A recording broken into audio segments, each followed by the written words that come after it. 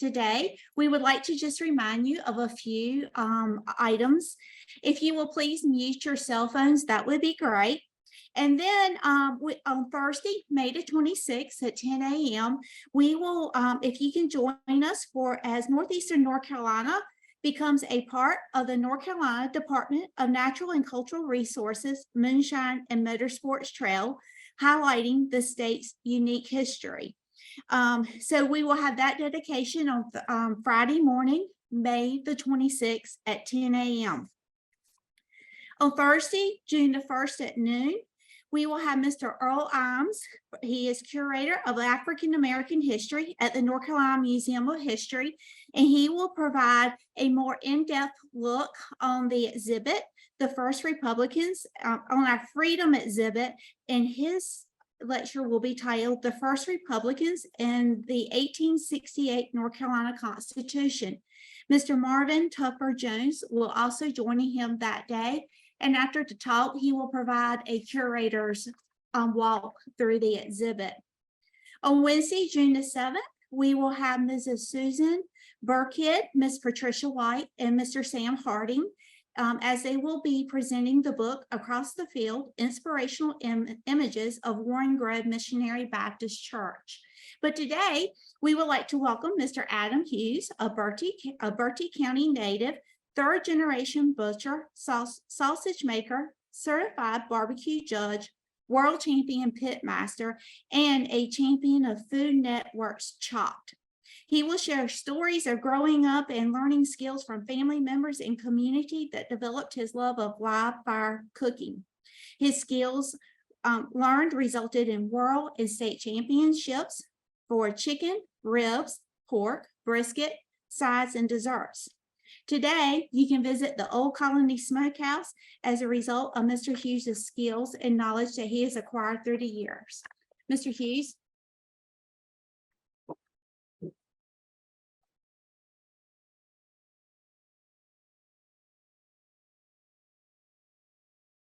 It was much too low. Thank you guys for coming out. As she said, I own a barbecue restaurant. And if you were to trace back my life all the way to the beginning and then go a step further and trace back a couple generations, maybe even further than that, you'd probably see, like I see, that it seems that there was been a plan in place long ago for me to be here at this time doing this exact thing. My paternal grandparents were both Depression era babies.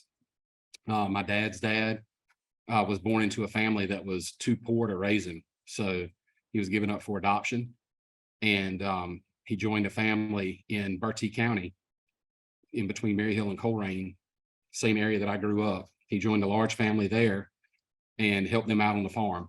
And he did that his entire childhood.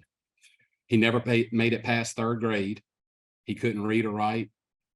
He was very, very intelligent about some things, but no book smarts because he never had the schooling to get there. But what he didn't have as far as book smarts goes, he made up for it in work ethic.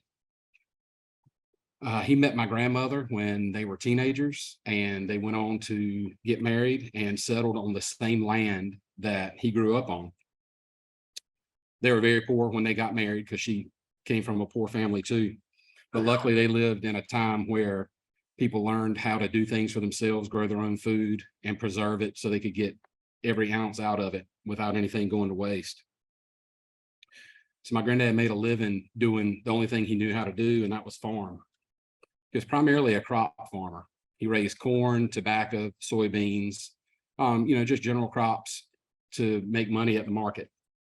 And he also had a green thumb for growing a garden. Everybody knew him for having just a spectacular garden. Particular collards, sweet potatoes, and sweet corn were his things that he grew enough of to just give out to the whole neighborhood. My grandmother had a job with the public school system. She was a teacher's aide. She did that from her early adulthood until she reached retirement age. She raised 4 kids, and she stayed at home keeping books for my granddad's farming operations. In addition to raising crops, my granddad also raised hogs. That was a big thing for them because it was a huge source of food for the family. It started out, he was only raising enough hogs for the family to have a hog killing once a year, and they would process and preserve the meat to last them all year.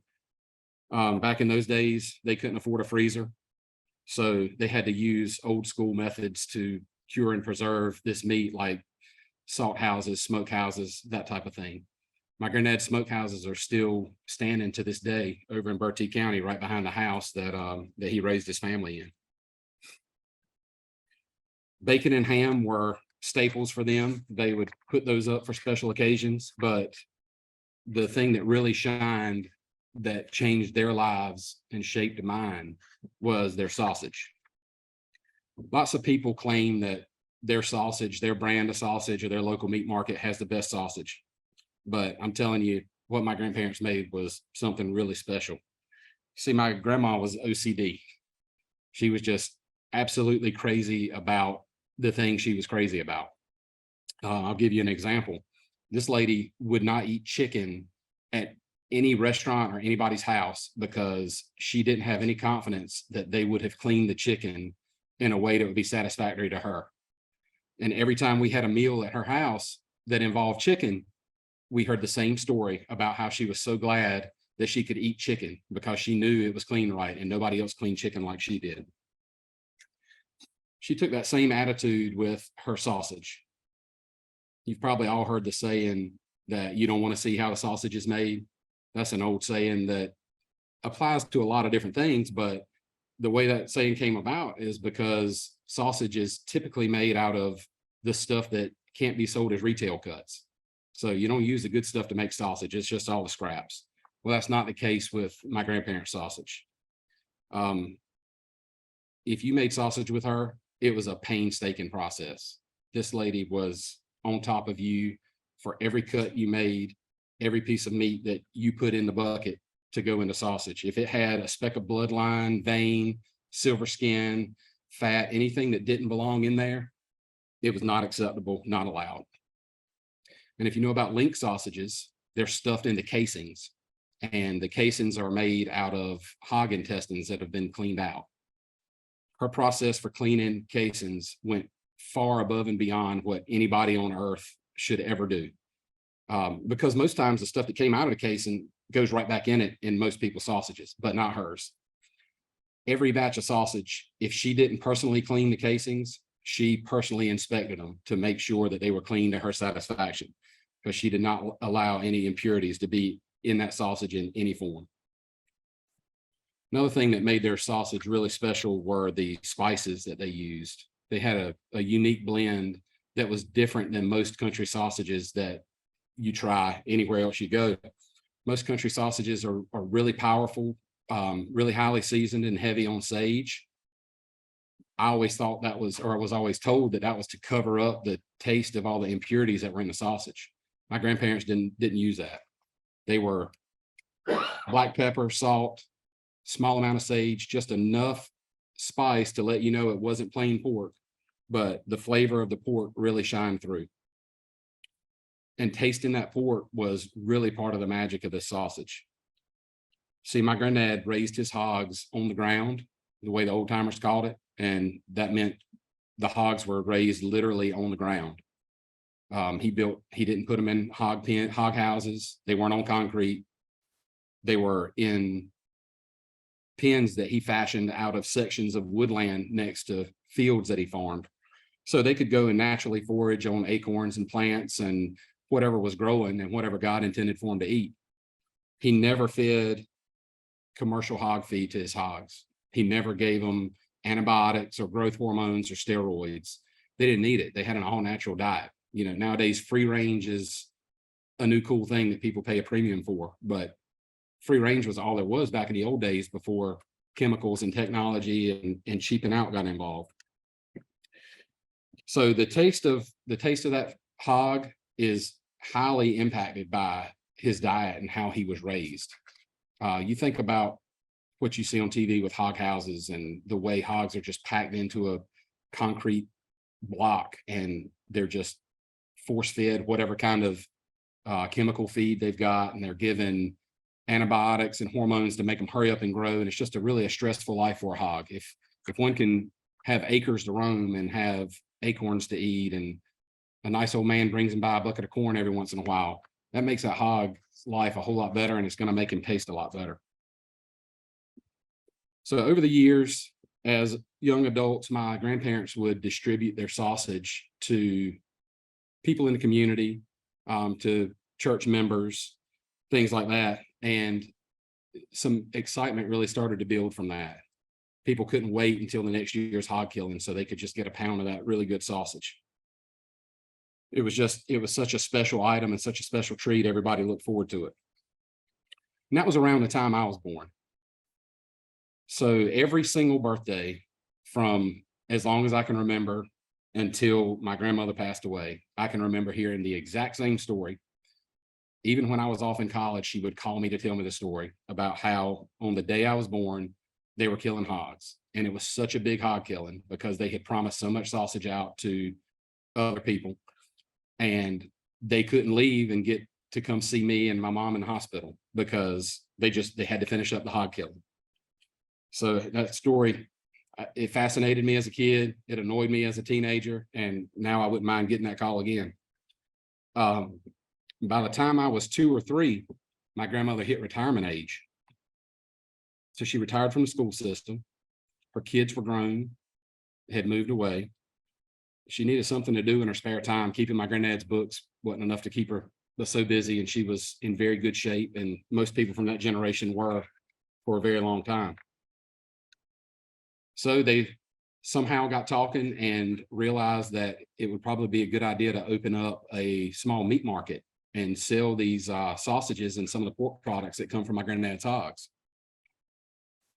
So my granddad helped her build a small building in a vacant lot next to their house, and they put in all the right equipment to start a little butcher shop. My granddad increased the amount of hogs he was growing. He had plenty of land to do it on. So he started growing hogs, and the plan was that they were going to harvest the hogs that he raised, process them in the meat shop, and then sell them to the community year round so everybody could have this meat that they used to wait once a year for. They could get it on demand. That was in 1985. And by 1987, things had blown up so much business-wise that they doubled the size of the store and were adding walk-in coolers. And it just became a really big business for the community and, of course, for my family. They sold all kinds of fresh cuts from pork. They sold ribs and pork chops and roasts, and you name it, they sold it. But the star was the sausage. That was the big thing that everybody came after. At their peak, they were selling literally thousands of pounds of pork per week out of a little small white cinder block shack next door to my grandparents' house. And as a kid, I spent as much time as I possibly could in that store. It was just down the road from my house, almost within sight. So I could just ride my bike over. It was a really short bike ride. And every day after school, the bus would drop me off at home. I'd go say hey to my mom, hop on the bike, and ride up to grandma's store to see what she had going on. I learned a lot of valuable life lessons by spending all those afternoons there that I didn't realize I was learning at the time, but I catch myself today passing on some of that same knowledge that my grandmother shared with me to our employees at our restaurant. I remember one time one afternoon, I didn't feel like riding my bike up to the store, and I thought I'd save myself some time. So I was on the school bus, and I mentioned to the bus driver, hey, why don't you drop me off at my grandma's store? She's expecting me to come help her work. Well, the problem with that was my mom didn't know about it. So school bus drops me off at my grandma's store and then just blows right past my house. And my mom saw it. And of course she panicked. She just had a heart attack because her kid didn't get off school bus.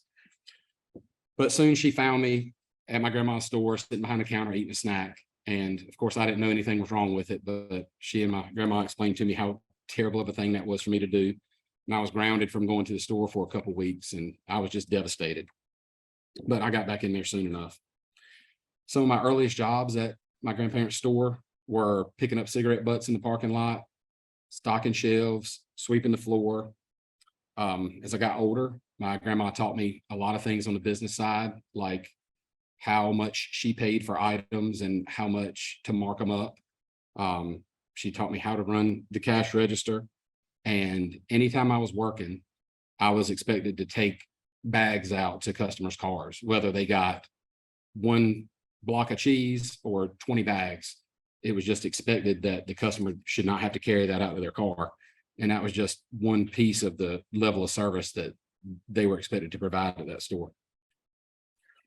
As a kid, I can remember cars with tags, license plates from Pennsylvania, Delaware, Connecticut, New York, almost on a weekly basis. And these people would come up and they would get pounds and pounds and pounds of food loaded in their car to take back to their northern friends and family members. And I never understood, why it was so special. But up north, things were moving a lot faster than we were down here. So they didn't have that type of old school service and product up north. So they wanted to hoard it when they came down and take advantage of it. Anytime there was a prominent community member that passed away, we knew that relatives would be coming in from out of state. They would have to up their production because they knew hundreds and hundreds of pounds would be leaving whenever those family members went back to their homes. My grandma was always the business person in the store. She was the one who was taking orders and ringing up customers and making sure things were like they were supposed to be. My granddad, he was somewhat of a greeter. He had a little stool that he would sit on by the door, and he would talk to everybody who came in. He would have to share a conversation with them. He still had to tend to his crops and his hogs, but I feel like his production probably went way up. His productivity went way up because he felt like he had to hurry up and get back to the store because he was missing customers. Nothing made him happier than having a line full of customers to chat with that were coming in to buy meat from their shop. Tuesdays and Thursdays were hog killing days. You'd always find my granddad in the back of the store with a saw and a butcher knife, breaking down whole hogs into manageable pieces so that the sausage ladies, that's what we called them, there's a group of old ladies that they rounded up somehow, but so that they could figure out how to make sausage out of the whole hog that he had broken down for them. And while the sausage ladies did their thing, my grandma was right there beside them, watching every move they made. She must have had eyes all around her head because you'd think she's not looking and you'd put something in the sausage pile and she'd get you. It was something that she was really, really tight about. At their peak, they were killing 5 hogs on a Tuesday and another 6 to 8 on a Thursday just to get through one week and just to turn around and do it again the very next week. Those are just unbelievable numbers. Even in the business we're in now, looking back at those numbers, I don't know how in the world they did that. The health department at one point stopped my grandparents from slaughtering their own hogs, which was probably a good move. So my granddad had to seek out a slaughterhouse to take his hogs to. And I remember as a kid, I used to love for him to come pick me up with that hog trailer on the back of his truck. He would take me down to the hog pen and I'd help him load the hogs up and ride with him all the way to the slaughterhouse and drop the hogs off. And then the very next day we would go back and pick them up and they would have been slaughtered and cleaned, but still whole. And we'd take them back to the meat market, roll them in the back door and start breaking them down. For some reason, and I never understood why, my family once a year always had an old school hog killing, where we would slaughter our own hogs and put up meat just for our family. And it used to seem just so ridiculous because here we are, we've got this nice state-of-the-art meat market. We got a slaughterhouse that'll do all the dirty work for us. And we got these ladies who can make this sausage for us that we can buy year round. So why are we wasting a Saturday? I could think of 1,000 other things to do on a Saturday than get up at 3 o'clock to start killing hogs. And I mean, that is a hard, dirty job. But of course, as I got older, I realized it wasn't about the having food for the family or having meat on demand. It was about carrying on a tradition and a ritual that my grandparents thought was important for me to experience. And I'm very thankful that I had that experience. So in my grandma's store, she had a small stove and it sat back in the corner and she just used it to heat up lunch for herself or whoever was working that day. They didn't sell food out of the store. But some of my strongest memories of their sausage were times when we'd be in the middle of making it. And, we're making hundreds of pounds at a time. And that first little bit would come out of a batch, and my grandma would fire up a cast iron pan and start frying it. And there have been times I've literally had my hands stirring raw meat, and one of my aunts standing over my shoulder with a white bread sausage sandwich, feeding me a bite of it. And I'm telling y'all, there is nothing better than eating sausage from a hog that you've spent all day processing, and that hog was walking that morning. It does not get any fresher or any better than that.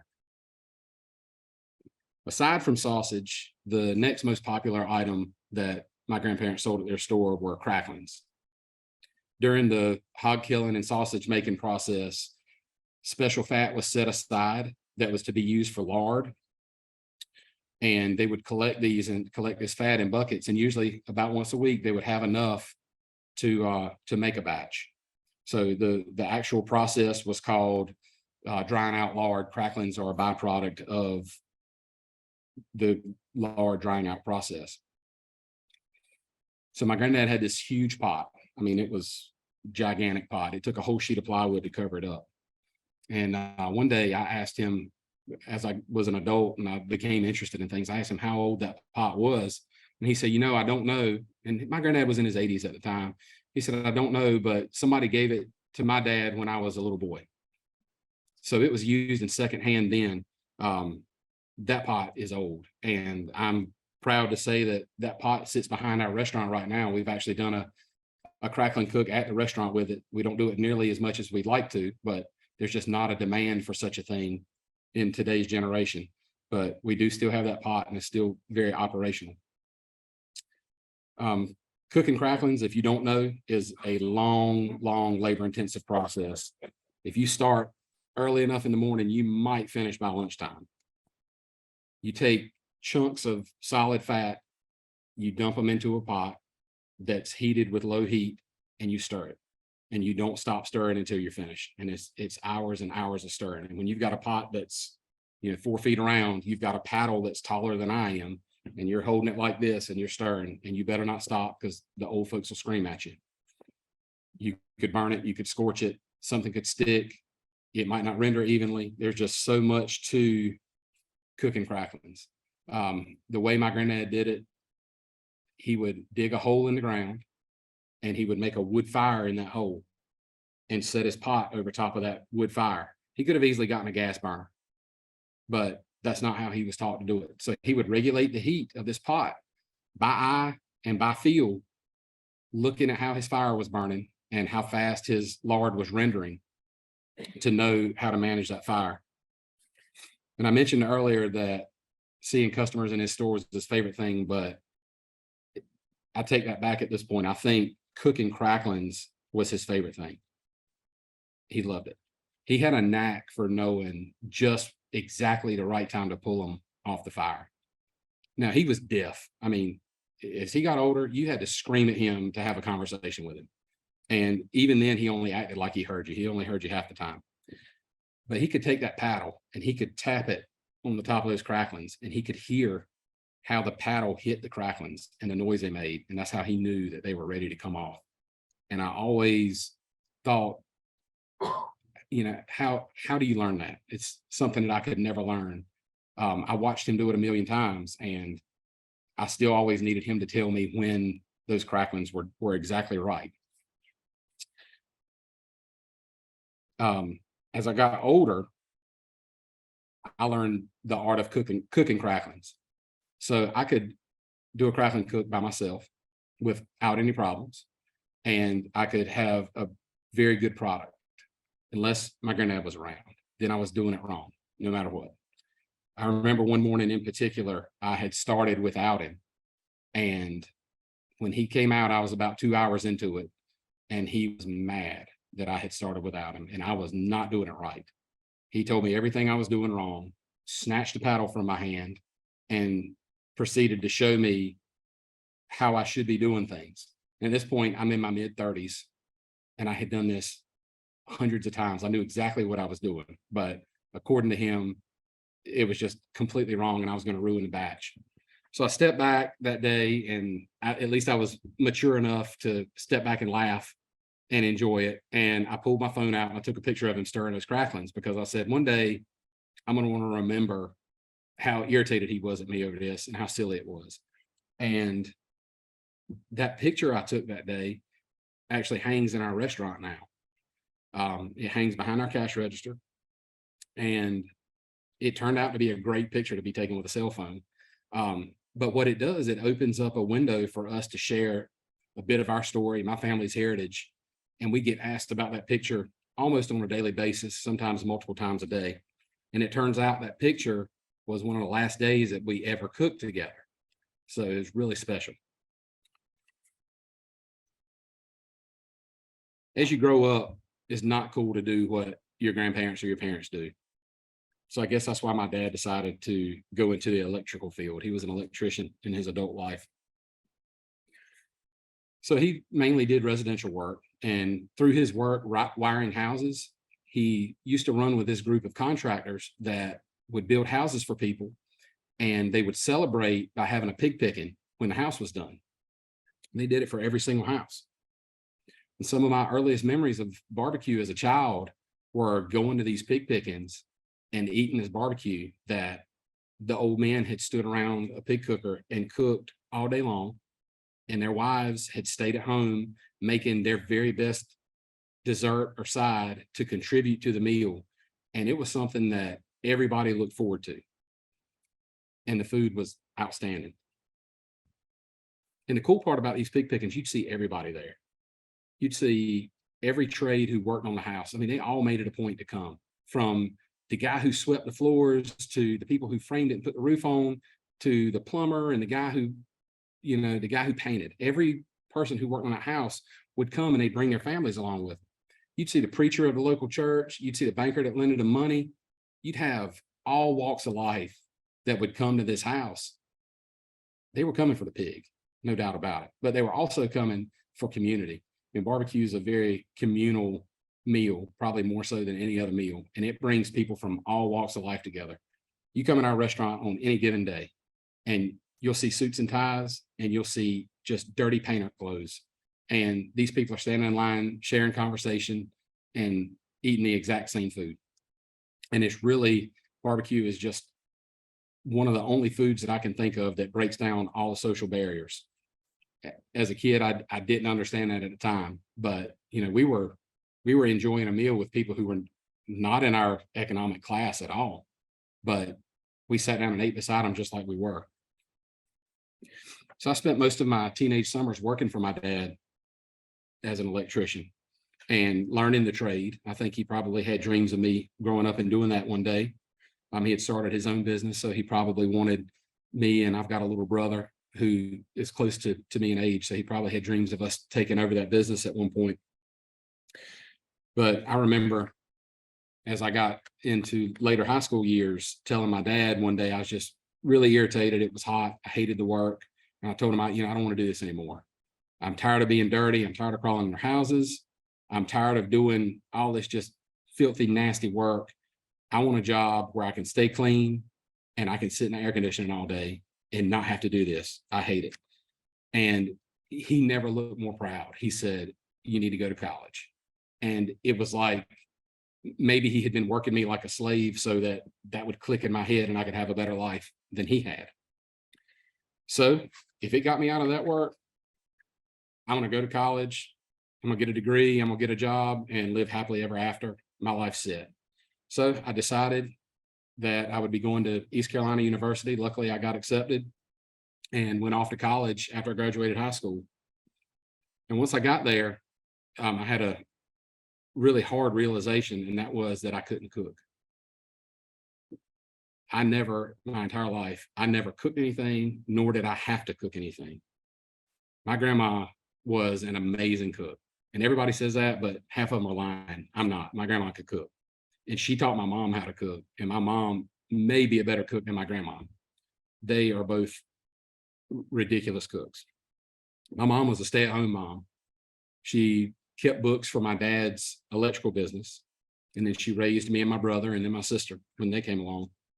And my mom cooked 3 meals a day. And when I say she cooked 3 meals a day, I'm not talking about a Pop-Tart for breakfast. I mean, sausage, bacon, biscuits, eggs, the whole 9 yards, just to clean it up, turn around, do it again for lunch, just to clean up, turn around and do it again for dinner. I don't know, looking back now and knowing what I know about the effort it takes to put on a meal like that, I don't know how on earth any bookkeeping got done for my dad's business. He should have been out of business years ago, because the food, the spread that she would lay out for us was just unbelievable. So I miss that. I was used to eating like that every day. Now I'm in college and I can't brown hamburger. So I had to learn how to cook. I found an old grill in a dumpster in my apartment complex, and I was pretty handy. So we yanked it out and cleaned it up and refurbished it. And I had a friend, luckily, who had just finished culinary school. So he came over and gave me a few tips on how to cook a few things. And I was off to cooking in no time. I was cooking anything I could on grill. I'm sure it was horrible, but at the time I was proud, and it was good, and it fed me and my roommates and my girlfriend, who became my wife, who's sitting in the back.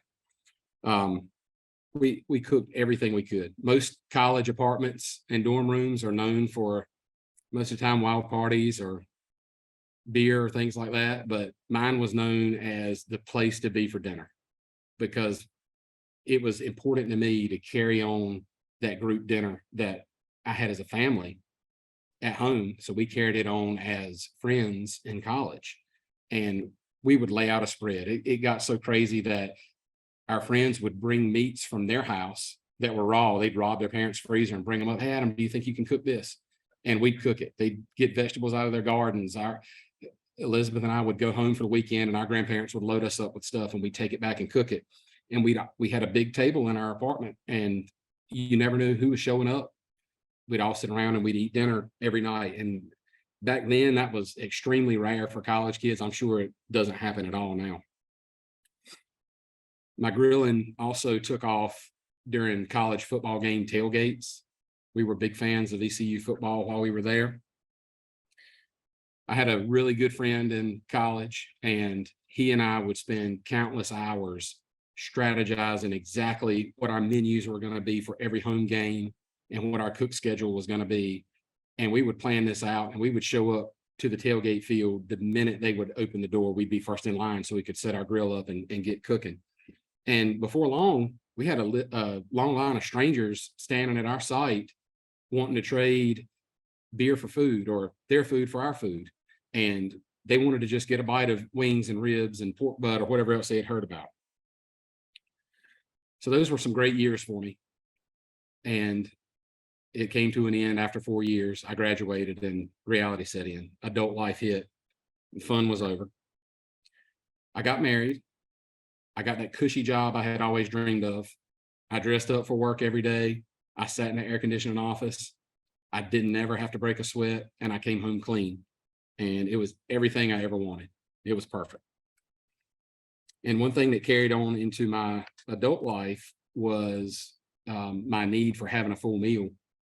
So by then I had upgraded grills. I wasn't using a dumpster grill anymore. I think we got a new charcoal grill for a wedding present. And I cooked on that thing. Anything that could be cooked on it, I cooked on it. Elizabeth took care of the sides, and I took care of the meats. And we ate good every single night. Also around that time, that's when internet message boards were getting popular, and information was just at anybody's fingertips about anything they wanted. So I could look up on these message boards and find information about new things to grill that I had never heard of or never tried before. So I really got into that, kind of expanding my horizons and cooking things other than pork that came from my grandparents' hogs. And I learned how to cook all kinds of things, and vegetables and seafood and desserts and whatever I saw, whatever looked cool online, I was trying to cook it at home. Some came out great, some didn't, but with everything I did, I learned a lesson. So after years of doing that, cooking for the family on the weekends, and if there was a special party or something, I might cook a bunch of chickens. But after years of doing that and fine-tuning skills and really getting into barbecue, I started watching a barbecue competition series on TV. that would come on Sunday afternoons, and it looked really appealing to me. And I thought, I think I could do that. So I decided I was going to sign up for a contest, and I picked one out on purpose that was going to be a really small local church contest. It was up in Richmond, Virginia, but it had historically been really small and would be a good beginner's contest. Well, it just so happened that year, some national qualifying tour was having a stop in Richmond the following week. So everybody who had qualified from all over the country was already in town, and they were using this little contest as a warm-up for the following weekend. So here we are, we're the last ones getting to the contest. Elizabeth and our son went with me, and he was a little fellow at the time. And we roll in, and Finn, my son, who was no more than 2 or 3 at the time, said, "Dad, look, it's such and such from TV." And I said, "There's no way, this is a small contest." And we looked, and sure enough, it was. And there we are, right in the middle of all the guys that I had been watching on TV for years. And not only were we with them, we had to compete against them. So nerves set in, and of course, anytime you do something for the first time, you get a little nervous. But gave it our best shot and had a really respectable mid-pack finish. We did not finish last. I think we were 12th out of around 30, and actually finished ahead of some of the TV celebrities in some of the categories. So, man, I was pumped. It could not get any better than that. But was it beginner's luck? I had to find out. So I signed up for 2 more contests that year, and I got better at each contest that I went to. Within a couple of years of doing more and more competitions and practicing more, I was hooked. I competed in over 100 barbecue competitions in 3.5 years. So if you do the math, that's 20 or 30 weekends a year. I would go from Florida and Alabama one weekend up to Pennsylvania and New Jersey the next. Just wherever the contest was, I was chasing it. In 2017, things got really serious in competition barbecue. I won a North Carolina state championship, which was held in Apex.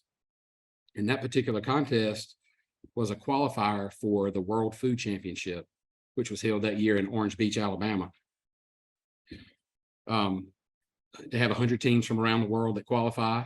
Other countries show up, every state shows up and is all represented. And I had the chance to represent North Carolina. So I knew I was out of my league, but I couldn't turn it down. I had to go. I had to go see what this was all about. This thing was such a long shot. It was a 17-hour drive. I had no business being there.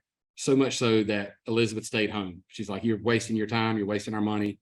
I'm staying home with the kids." So I rounded up a couple of my best friends, and they went with me to help me. And we went down to Orange Beach, and we cooked. We turned our food in, and we packed up to leave before judging so we could hurry up and get a head start to come home. So we parked at a parking lot down the street and walked back to the award ceremony. And turns out we won a world championship in ribs with a perfect score. We've had a top 5 overall finish, and we had to stay and cook another day. So we had to figure out how to get back in that site while everybody else was leaving. It was just absolutely crazy. We just wanted to be there. We wanted to feel the vibe and experience what it was like to cook around all these other people, these people that we had so high up on a pedestal, and we just thought we're just these outstanding cooks.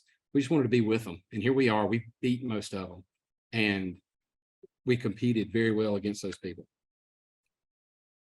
So that was in November of 2017. In December, I got a random email from a company I'd never heard of. It looked like spam, but it was somebody who said she was a casting director for a competition television cooking series and wanted to know if I was interested in participating, that they had gotten my information from the World Food Championship and they needed somebody to represent the state of North Carolina. So, of course, not knowing what it was, I said, "Yeah, I'll talk to you." So I had a couple of Zoom meetings with them and a couple of phone interviews. And after the second or third one, I realized it was the TV series Chopped on Food Network. Now, I'd seen the show. It was not really my thing. Definitely not in my comfort zone. I'm a planner. I like to know that things are planned out. I don't like to be surprised with secret ingredients. So I had no desire to get on this TV show. But I had put in hours worth of interviews, and had gone along. But I'm looking at it and I'm saying, I'm not really a TV personality. I'm not the type of guy who's usually on those shows. So they're not going to pick me anyway. So I'm just going to go through with the interview process. And they just, at some point, they'll just stop calling me. And sure enough, they stopped calling me. After a few weeks of interviews back and forth, I heard nothing from them. I went through the rest of the month of January and February and never heard anything, and just went on and carried on with my life, and things were fine. And one March afternoon, I got a phone call from a lady I had never talked to, and she said, "Hey, I'm with Chopped.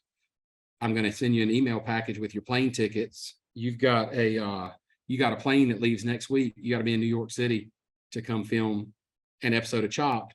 Oh, and by the way, bring enough clothes in case you win. We're gonna do another episode." So I had like 3 days to prepare for this thing. I binge watched every episode of Chopped I could in that amount of time, and that was the only way I knew to prepare. I would just put myself in the cook's shoes and figured out what I could cook, with the ingredients they gave you. And that was my only preparation I knew to do. I made a little cheat sheet that I studied on the plane and on the subway ride to the studio. And then I got in there and had to go to work. So if you're familiar with the TV show Chopped, everything you see on TV is 100% true. The clock's real. They don't give you any warning. You don't know what's in the basket. It's just like it is. Somehow I made it through. A lot of it was some good karma, I guess, from using grandma's recipes and mom's recipes, which I pulled out of the bag on the show, and that could never hurt. I ended up winning my first episode, stayed another couple nights, and I made it to the entree round of my second episode before I got eliminated.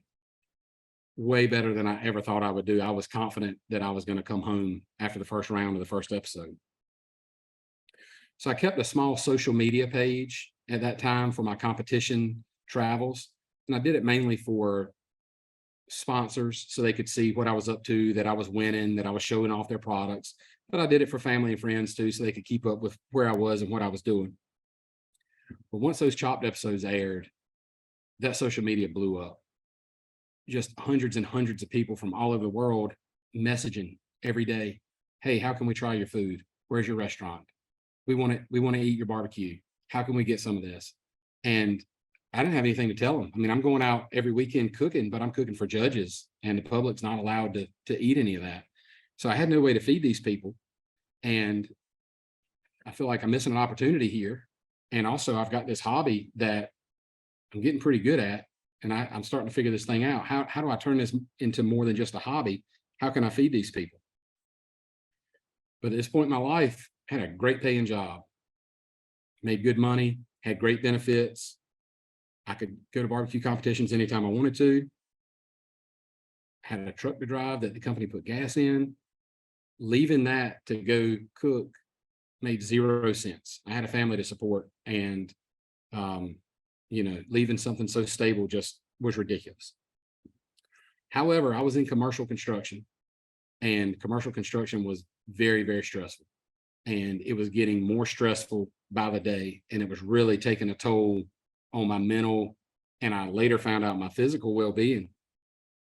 I managed multiple multi-million-dollar projects at a time, and they were all over, from Raleigh to Tidewater to the beach, and they all went on at the same time, all working with the same architects and subcontractors. And these projects would last for years. So it's like burdens that you cannot get rid of because they're there. And as soon as you get rid of one, you got a new one, because you got to keep work going. And it got really tough, especially as people's work ethic got worse and labor force got worse. It made it really hard to be in a managerial position in construction. There's just so much stuff that's out of your control. And I'm the type of guy, I like to have my hands on things that I can control.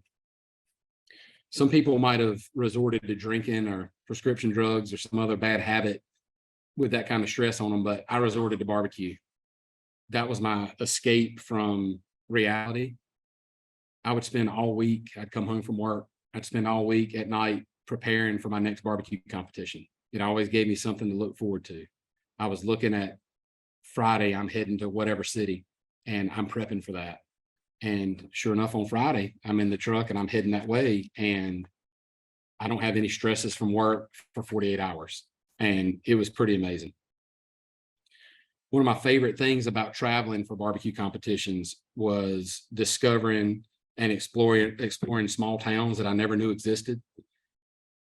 Most of those events take place in small rural towns, and they're a benefit for a charity, or maybe for the town itself.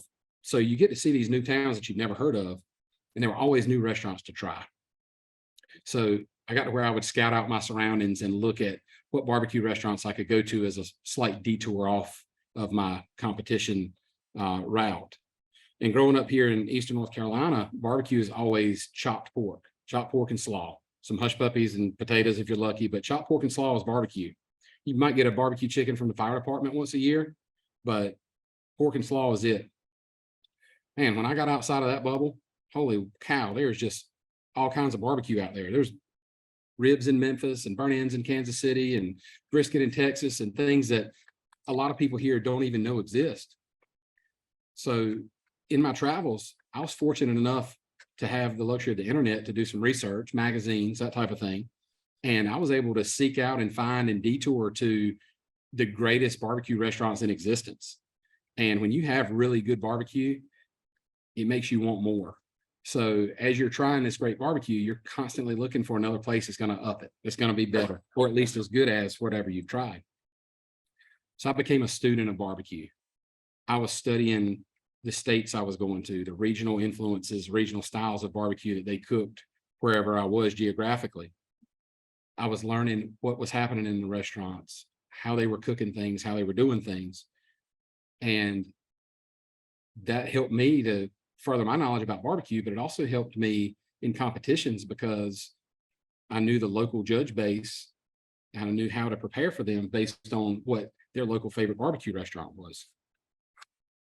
As time went on and I'm doing this, I realized how passionate I was about barbecue.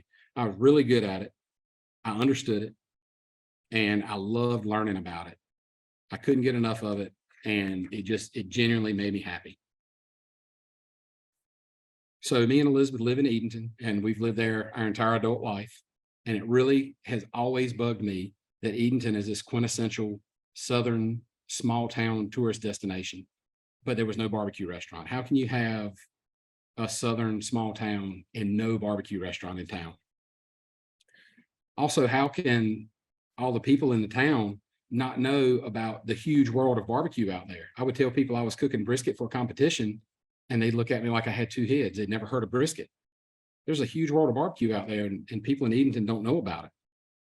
Well, I learned about all these regional variations, learned how to cook them, and cook them to a pretty authentic example, in my opinion.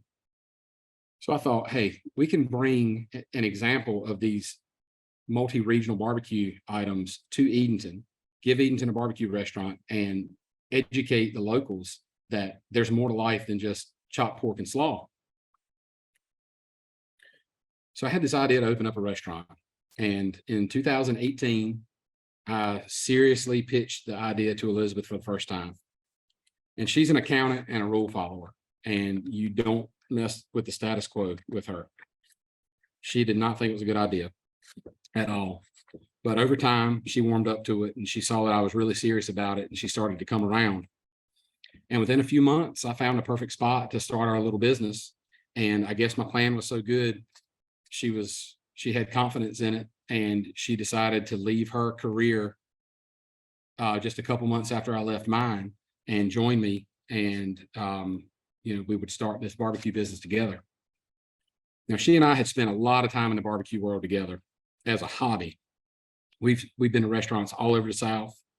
We knew what we liked. We knew what we didn't like. We knew what tasted good. We knew what we thought would work in Edenton and what wouldn't. So we put the thoughts from all of that knowledge into planning our restaurant. We knew that we wanted to bring the best of these dozens and dozens and dozens of restaurants we'd eaten at all over the country. We were going to take the best things from them and put them into this one restaurant in Edenton. And my lifestyle and upbringing was different than most of my generation. And as I've gotten older, I realized it's a little different than most of even the generation before mine, in that the old school values I was taught. My brother and I always joke that my family is 20 or 30 years behind everybody else. And there's a lot of truth to that. I honestly was probably raised in a way that my dad's generation would have been raised. But that's not always a bad thing, because it allowed me to experience things that nobody else my age has ever seen. They've never been a part of it. And it was just part of everyday life to me. So those traditions that I learned and those values, we applied toward the restaurant. We knew that we wanted to do our restaurant a little differently than most restaurants do things. We want to do things the old fashioned way. First and foremost, all our food is cooked fresh every day for that day. That's not a common business model, especially in barbecue. It's not profitable, especially if it's mismanaged. We don't have set hours. We close when we sell out. If you eat at a barbecue restaurant that has set hours, at some point they're serving reheated barbecue. There's no other way around it. You're not always getting that fresh barbecue, similar to that sausage my aunt would feed me while I was mixing raw meat. That bite's just always better because it's fresh. Elizabeth and I developed a sense for spotting reheated barbecue. And I'm telling y'all, we can spot it a mile away. A lot of times we can smell it as soon as the plate hits the table. I can just tell by looking in her eye that she's already picked up on it. And the quality just isn't the same. There's nothing wrong with a restaurant that serves that. That's not what we want to do, because we know the quality is not the same. I feel like we try to approach our restaurant the same way that I approached barbecue competitions, in that every customer is a judge, and I want every bite that every customer gets to be the best example of what I'm trying to do. That's what you have to do in competition to succeed, is give your best bite to the judges. So that's what we're going to do every day at our restaurant. All of our sides are made from scratch in-house, just like my mom or grandma would have done it. I had no idea how hard it was to find raw, fresh ingredients in the commercial food service world, but it's extremely difficult. We've got 3 national food purveyors that we purchase food from, and all they do is push pre-cooked, heat and serve meals. You would be shocked at how little actual cooking goes into restaurants these days. I never ate boxed anything growing up.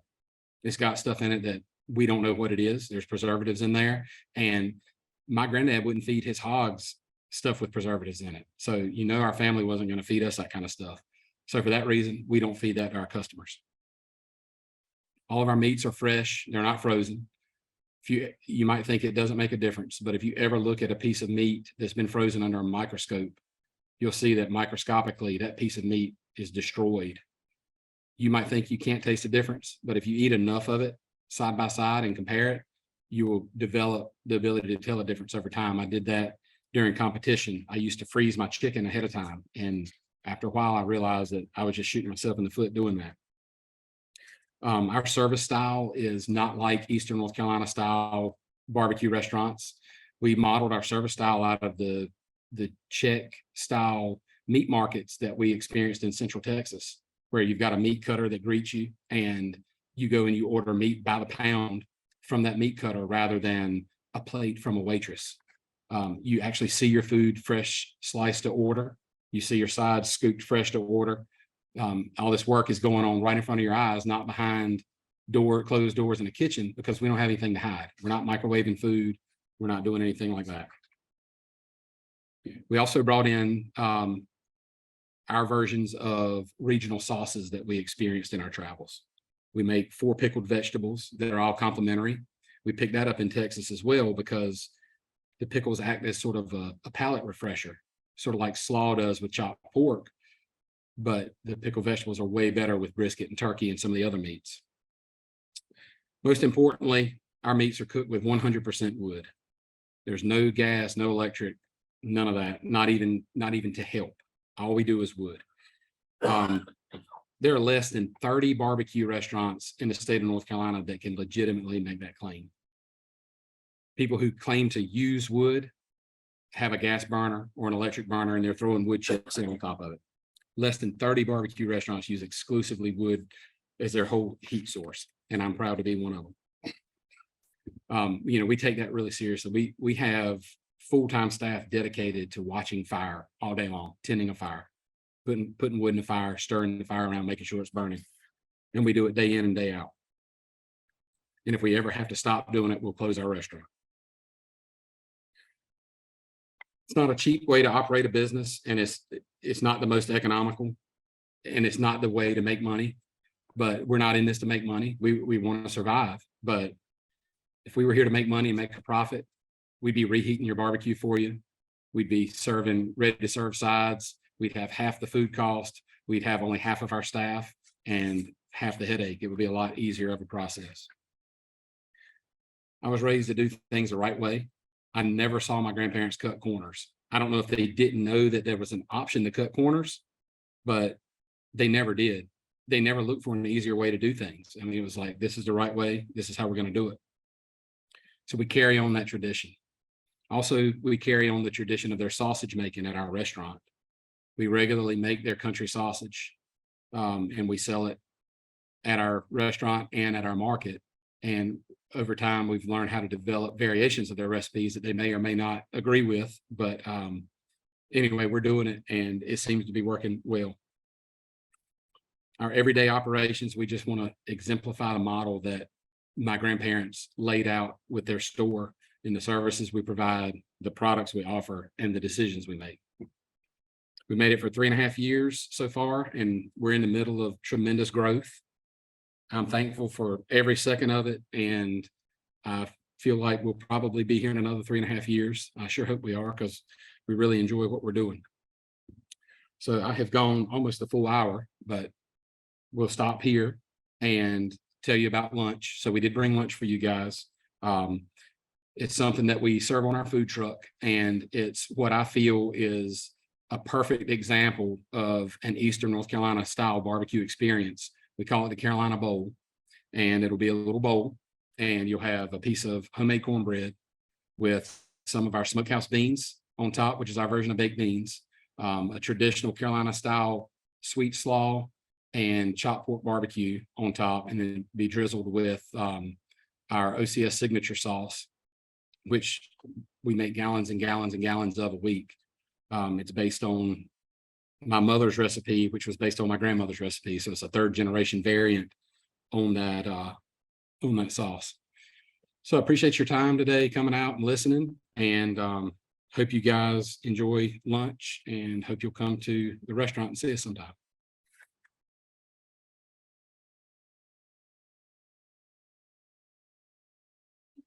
Are there any questions? Yes, sir. Best of my knowledge, you're open Thursday through So Friday? the restaurant is open Thursday, Friday, and Saturday. We open at 11 and we close when we sell out.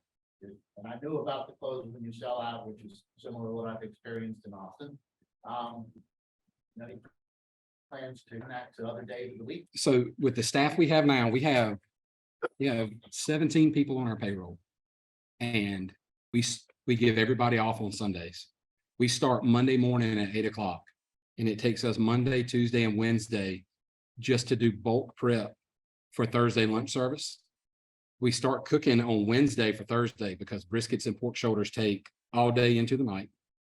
And then as soon as we're done, we start cooking Friday for Saturday, or Thursday for Friday, Friday for Saturday. So with our current business model and our current staff and our current kitchen space, we couldn't add any more days if we wanted to, because we simply don't have the space to do it.